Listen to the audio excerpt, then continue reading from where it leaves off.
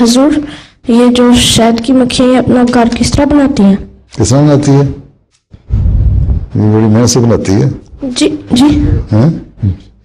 یہ تو ایک علیحدہ مضمون ہے، اتنی آرام سے سمجھ نہیں آئے گا. اتنا ایسا نظام ہے، اندر جوڑتی ہے، بیٹھ جاؤ،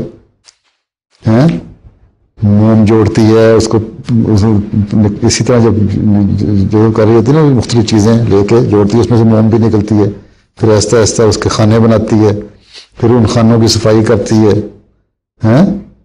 اور پھر اس میں اتنی صفائی ہوتی ہے کہ ملی میٹرز میں بھی وہ ہر خانہ بنا رہی ہوتی ہے، اس کی ایک جیسی میجرمنٹ ہوتی ہے. تو بڑا چیزیں ہیں. کس چیز کی بناتی ہیں؟ اس میں موم بھی ہوتی ہے بہت ساری، ویکس کا بھی حصہ ہوتا ہے اور بہت چیزیں ہوتی ہیں. ہاں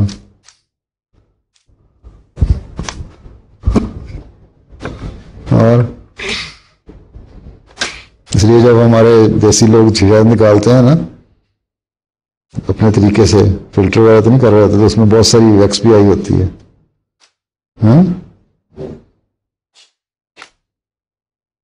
مگس کو باغ میں جانے نہ دیجو کہ نہ خون پروانے کا ہوگا.